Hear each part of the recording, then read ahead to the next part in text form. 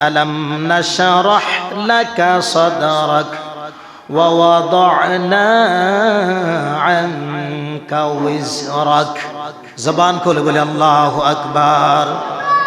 আল্লাহ রাব্বুল আলামিন বলেন আলাম নাশরাহ লাকা সাদরাক, হাবিব আমি কি আপনার বক্ষ আপনার কল্যাণের জন্য প্রশস্ত করে দেই নাই? বলেন সুবহানাল্লাহ। হুজুর আমি তো আপনার সিনাটাকে আপনার কল্যাণের জন্য প্রশস্ত করে দিয়েছি। সুবহানাল্লাহ বলেন। কেমন প্রশস্ত? এমন প্রশস্ত করে দিয়েছেন যেই সিনার ভিতরে আল্লাহ তাআলা এত বেশি পরিমাণে হিকমত, এত বেশি পরিমাণে ঈমানের পাওয়ার ঢাইলা দিয়েছে, সারা পৃথিবী বিজয় হয়ে গেছে। সুবহানাল্লাহ বলেন। সারা পৃথিবীর সব মানুষ আমার রাসূলকে ঈমান হিসাবে যারা মুসলমান মানতে বাধ্য। কথা বলেন ঠিক কিনা? আমাদের রাসূল আমাদের জন্য কি ঈমান। এটা কি আমার কথা না হাদিসের কথা?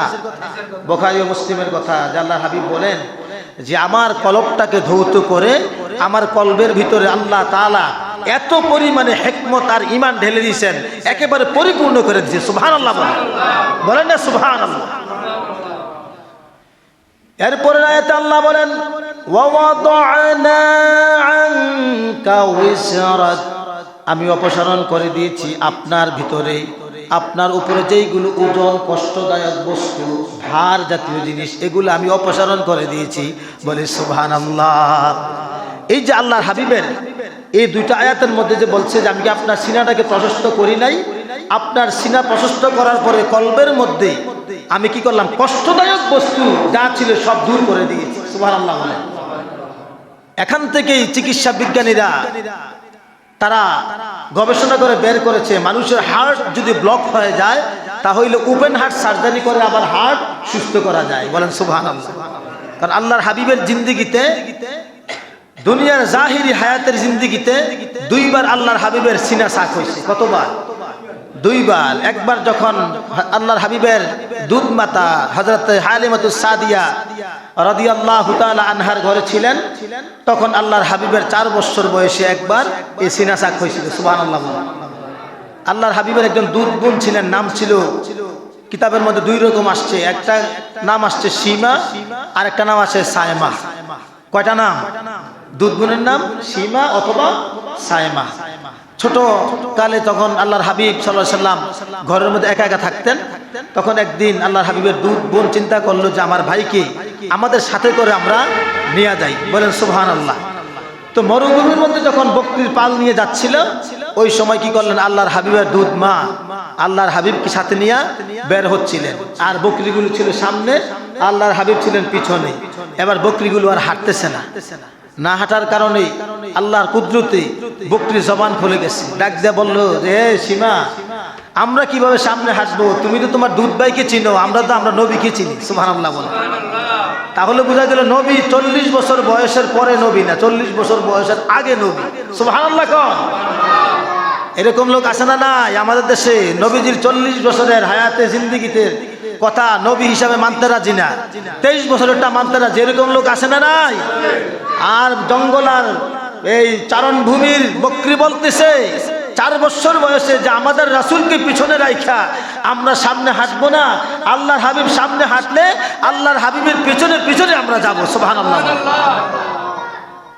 আল্লাহর হাবিবের দুধ বোন হযরতে সীমা যখন আল্লাহর হাবিবকে নিয়ে চারণভূমিতে গেলেন, চারণভূমিতে যাওয়ার পরে সব বাচ্চারা যখন খেলাধুলা করতেছে, আল্লাহর হাবিব নিবিড়ে একেবারে আলাদাভাবে নিবৃত্তে নীরবে বসে আছেন। ওই সময়ে ধবধবে সাদা কাপড় পরিহিত অবস্থান সাইয়েদনা হযরত জিবরাইল আলাইহিস সালাতু ওয়াস সালাম আল্লাহর হাবিবের কাছে এসে আল্লাহর হাবিবকে জমিনের মধ্যে শোয়াই দিলেন।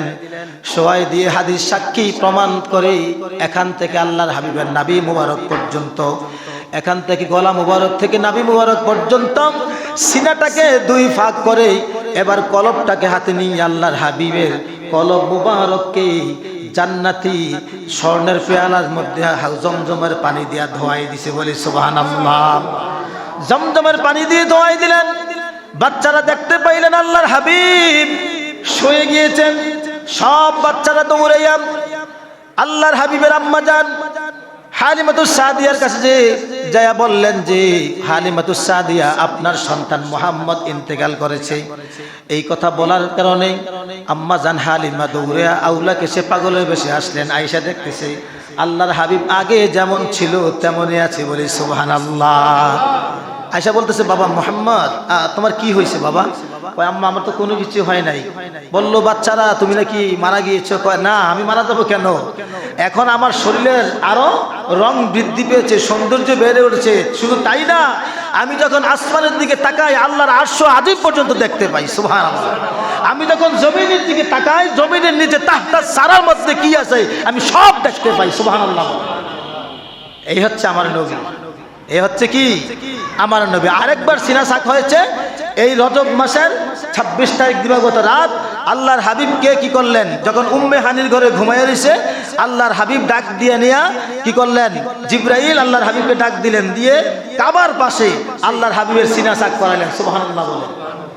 আরে জিবরাইলে হুকুম পাইয়া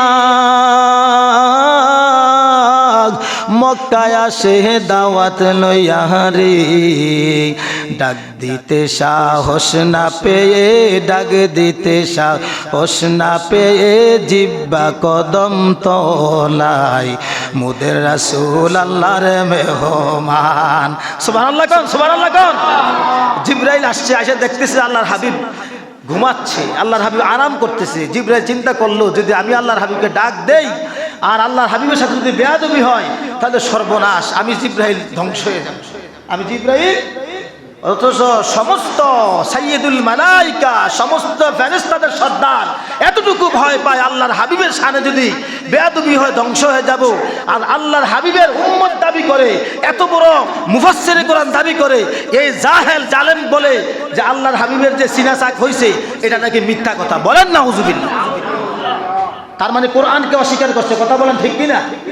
কোরআনকে অস্বীকার করছে। সূরা ইনশিরার এই দুইটি আয়াতকে অস্বীকার করলো যে আল্লাহর হাবিবের যে সিনা সাক হয়েছে তা নাকি বলে মিথ্যা কথা, বলেন নাউজুবিল্লাহ। এরকম মুফাসসির নামের জাহেল আছে না নাই? বলেন আল্লাহর হাবিবের নাকি সিনা বলে সাক হয় নাই। এই মৌলবী ওয়াজ করছে আল্লাহর হাবিবের সিনা সাক হয় নাই। আবার এই মৌলবীর দলের লোক, এই মৌলবীর দলের লোক নাম হচ্ছে আবুল কালাম আজাদ বাশার, লেখছে মেরাজ ও আধুনিক বিজ্ঞান, মেরাজ ও আধুনিক বিজ্ঞান। গত বছর আমাদের কুমিল্লা দেবিদ্দার ওখানে আমার প্রোগ্রাম ছিল, ওখান থেকে আসার সময় এক লোক বলতেছে হুজুর আপনাকে আমি একটা হাদিয়া দেব। তা আমাকে এই বইটা হাদিয়া দিছে। কোন বইটা? এটা হাদিয়া দিছে। এটা আমি পড়তে পড়তে যাইয়া 27 পৃষ্ঠার মধ্যে পাইলাম যে জিবরাইল আলাইহিস সালাতু ওয়াস সালাম বলতেছেন, এই কথাটা ইবনুল হাজার আসকালানী রাহমাতুল্লাহ আলাইহি আশ-শিফা নামক গ্রন্থের মধ্যে আছে, ইন্না জিবরাইল ক্বালা লাম্মা গাসালা কলবাহু, সুবহানাল্লাহ বলেন, যে নিশ্চয়ই জিবরাইল আলাইহিস সালাম কি করলেন, রাসূলের কলবকে ধৌত করলেন। এরপরে বলতেছে কলবু সাদিদুন ফিহি আইনানে তুবসিরুনা ওয়া উযুনানে তাসমাউনা, জবান খুলে বলে আল্লাহু আকবার। জিবরাইল বলতেছে আল্লাহর হাবিবের কলব মুবারক যখন আমি ধৌত করার জন্য বের করলাম, আমি ওই কলব মুবারকের মধ্যে দেখতে পাইলাম যে দুইটা চোখ আছে যেই চোখ দ্বারা দেখেন, দুইটা কান আছে যেই কান দ্বারা শোনেন। জবান খুলে কি বলা যাবে আল্লাহু আকবার?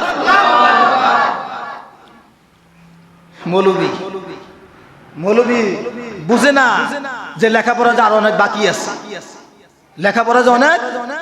এক মৌলবী কয় যে কলব আল্লাহর হাবিবের সিনা মুবারক চাক হয় নাই, কলব ধোয় নাই। এই দলের মৌলবী আরেকজনের বই লিখে কইতেছে, জিবরাইল কইতেছে রাসূলুল্লাহর কলবের মধ্যে দুইটা চোখ দেখছি, দুইটা কান দেখছি, সুবহানাল্লাহ কোন না। আমি আল্লাহর হাবিবের কলব মুবারক ধুইয়া দিছি, সুবহানাল্লাহ কোন। এখন আল্লাহর ওলিরা যে বলে যে কলবের মধ্যে চোখ আছে, প্রমাণ পাইছেন তো? কথা কয় না, প্রমাণ পাইছেননি? আল্লাহর ওলিরা যে বলে বাবা তোমার কলবকে জিন্দা করো, জিকির করো, জারি করো, এই কলবের মধ্যে চোখ আছে, এই যখন স্বাভাবিক বাহ্যিক চোখ যখন বন্ধ করবা তোমার কলবের চোখ খুলে যাবে, এই কলবের চোখ দিয়ে সারা পৃথিবী দেখবা। আবার তোমার বাহ্যিক কান যখন শোনা বন্ধ করে দিবে, তোমার কলবের মধ্যে দুইটা কান আছে, ওই কান সারা পৃথিবীর সমস্ত শব্দ কথাবার্তা সব শুনতে পায়।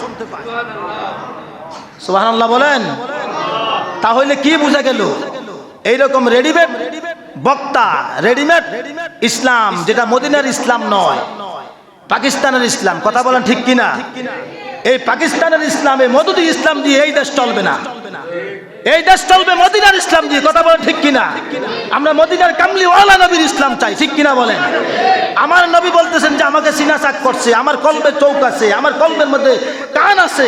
আরে দাজ্জাল বলে যে নবীর সিনা চাকই হয় নাই, তার মানে বোঝা গেল কোরআন সম্পর্কে আদৌ তার জ্ঞান নাই। কোরআনের আয়াত অস্বীকার করার কারণে ঈমান আসে না গেছে? কথা বলেন আসে না গেছে? আল্লাহর হাবিবকে মিথ্যা প্রতিপন্ন প্রমাণ করার কারণে আল্লাহর হাবিবের সাথে বেয়াদবি হয়েছে কি হয়েছে না? কথা বলেন হয়েছে কি হয়েছে না? তার মানে বোঝা গেল আল্লাহর হাবিবের দুশ্মনেরা। আল্লাহর হাবিবের কি কয়দিন আগে না কইছে যে আল্লাহর হাবিব বলে সাংবাদিক, নাউজুবিল্লাহ। এই সমস্ত জাহেলের মুখ দিয়ে যেই কোনো কথা আসতেই পারে, আল্লাহর হাবিবের শানে ইজ্জতে কথা বলতে পারে না। তাদের এক মুরব্বী গুরু ঠাকুর সূরা বনী ইসরাঈলের প্রথম আয়াতের তাফসীর করতে যাইয়া সুবহানাল্লাযী আসরা বিআবদিহি, এই আব্দুন শব্দের ব্যাখ্যা করতে যাইয়া তখন বলছে যে আল্লাহর হাবিব নাকি বলে দাস। বলেন না নাউজুবিল্লাহ? আর তখন আল্লামা শেরে গাজী আকবর আলী রেজভী হুজুর এটা প্রতিবাদ করতে যেয়ে কইছিল, যেতে কইছে দাস তে সবচেয়ে বড় গোলাম আর দাস, তার মতো অসভ্য বেয়াদব আর কেউ হইতে পারে না, ঠিক কিনা বলেন? উনি একটু মুখটা আমাদের কুমিল্লা টাউন হল ময়দানে, ঈদগাহ ময়দানে বলছিল যে আল্লাহর হাবিবকে যে দাস বলতে পারে তে হইছে দেলা দাস, তে হইছে কি দাস? দেলা দাস। এটি এত বড় বেয়াদব, এটি মুরব্বীরাই বেয়াদব, এগুলোও বেয়াদব। কথা বলতে একটু মানে হিসাব করে কথা বলে না, কার সামনে কথাটা বলতেছে? আল্লাহর হাবিব সাল্লাল্লাহু আলাইহি সাল্লামকে আল্লাহ রাব্বুল আলামিন বলেন ওয়া ওয়াদানা আনকা উযরাক, হে রাসূল আপনার কলবের মধ্যে যেই কষ্টদায়ক বস্তুটা ছিল, কলবের মধ্যে একটা অতিরিক্ত একটা গোশতের টুকরা ছিল, ওইটা আমি জিবরাইলের মাধ্যমে অপসারণ করে দিয়েছি। বলি সুবহানাল্লাহ। হাদিস শরীফের মধ্যে আসছেন ফাশাক্কা মা বাইনা হাযিহি ইলা হাযিহি ইয়ানি মিন তাহরিহি ইলা সাগরাতিহি ফাস্তাখরাজা কলবি সুম্মা উতিতু বিতাসতিম মিন যাহাবিম মামলুই ঈমানান ফাগাসালা কলবি সুম্মা হাসান সুম্মা উইদু। জিবরাইল আলাইহিস সালাম এখান থেকে এখান পর্যন্ত তথা এই কণ্ঠনালীর নিচ থেকে নবী মুবারক পর্যন্ত আল্লাহর হাবিব সাল্লাল্লাহু আলাইহি ওয়াসাল্লামের সিনাটাকে এভাবে ফাঁক করে ফেললেন। বলেন সুবহানাল্লাহ। এরপর আল্লাহর হাবিব বলেন আমার কলবটাকে বের করে আনলেন, এরপর আমার নিকট উপস্থিত করা হলো ঈমান পরিপূর্ণ একটি স্বর্ণের থালা। সুবহানাল্লাহ বলেন। এরপর আল্লাহর হাবিব বলেন তিনি আমার কলব ধুয়ে দিলেন, তারপর ঈমানে ভর্তি করে দিলেন, তারপর যথাস্থানে আবার রেখে দিলেন। বলি সুবহানাল্লাহ। ঈমান দিয়ে পরিপূর্ণ করে দিয়ে, হিকমত দিয়ে পরিপূর্ণ করে দিয়ে আবার কলব যেখানে সেখানে রাখা হয়েছে। এই মৌলবী, যেই মৌলবী বলছে যে আল্লাহর হাবিবের সিনা মুবারক চাক হয় নাই, মিথ্যা কথা। এই মৌলবী এবার কয়েক বছর আগে বলছিল মাথা খারাপ হইয়া যে মানুষের কলব নাকি বাম স্তনের 2 আঙ্গুল নিচে থাকে না, এটা বলে থাকে মাথায়। চিন্তা করছেন কেমন হাদারাম সাদার ঘরের গাদা? আল্লাহর হাবিব কয় যে মানুষের কলব হচ্ছে কোথায়? বাম স্তরের 2 আঙ্গুল নিচে। এভাবে চাপ দিয়ে ধরে দেখেন, এখানে ঘড়ির কাঁটার মধ্যে টিক টিক টিক টিক করে লাফালাফি করে। এটা হচ্ছে কি? পালব। আরবিতে বলা হয় কি? পালব। ইংলিশে বলা হয় হার্ট, বাংলাতে বলা হয় হৃদয়। আল্লাহর হাবিব বলেন যে এখানে, আর এই পাকিস্তানের ইসলাম শিখুন্নাওয়ালায় কইতেছে মাথার মধ্যে। বলেন নাউজুবিল্লাহ। তার মানে বোঝা গেল পাকিস্তানের ইসলাম বালা না, এটার মধ্যে ভেজাল আছে, ঠিক কিনা বলেন? আর মদিনার ইসলামের মধ্যে কোনো ভেজাল? আমরা মদিনার ইসলাম চাই কি চাই না? কথা বলেন চাই কি চাই না? একটু কি জবান খুলে বলতে পারবেন ইয়া রাসূলুল্লাহ?